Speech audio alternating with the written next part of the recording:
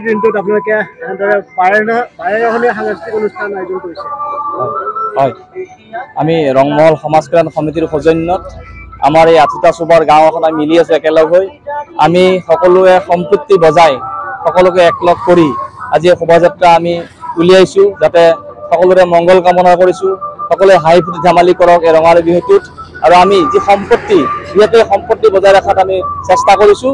আৰু আমি আজি কাৰ্যসূচীত ৰাখিছোঁ জেং বিহু প্ৰতিযোগিতা, একশ্যন, আমাৰ চিত্ৰাংকন প্ৰতিযোগিতা, মুকলি বিহু, মৌ কুঁৱৰী প্ৰতিযোগিতা ৰাখিছোঁ আমি বিশেষকৈ, যাতে আমাৰ আহি থকা যুৱ প্ৰজন্মই বা আমাৰ সৰু সৰু ল'ৰা ছোৱালীয়ে বিহু কি এই বস্তু বিশেষকৈ জানিব লাগে। তাৰ ওপৰত গুৰুত্ব ৰাখি আজি আমি আমাৰ শোভাযাত্ৰা ৰাখিছোঁ। লগতে আমাৰ 1 বহাগৰ দিনাখনে আমি এই বিহু কৰিবলৈ চেষ্টা কৰিছোঁ।